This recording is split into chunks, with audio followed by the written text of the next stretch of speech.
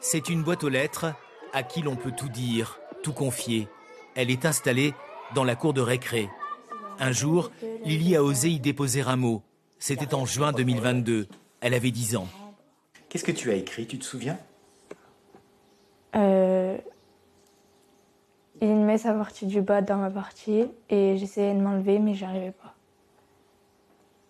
Tu avais changé de comportement justement, t'arrivais pas à parler à tes parents? Non.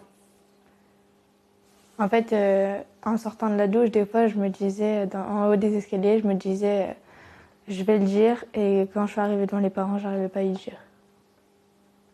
Tu te souviens quand tu l'as écrit, ce mot, t'étais comment? T'étais dans quel état? C'était Un peu stressée. Mais après, c'était un soulagement.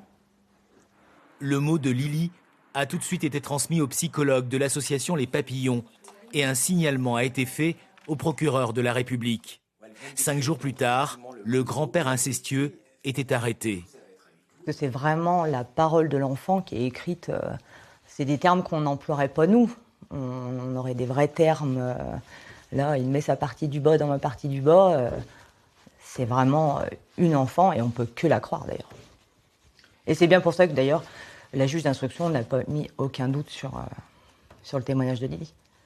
Et aujourd'hui, de savoir que il y aura peut-être une condamnation, il va être jugé, ça te fait quoi en fait? Je me dis qu'il va pas recommencer et qu'il sera en prison et voilà. Il n'y a que 250 boîtes de ce type en France. Le créateur de l'association Les Papillons réclame leur généralisation dans les cours d'école.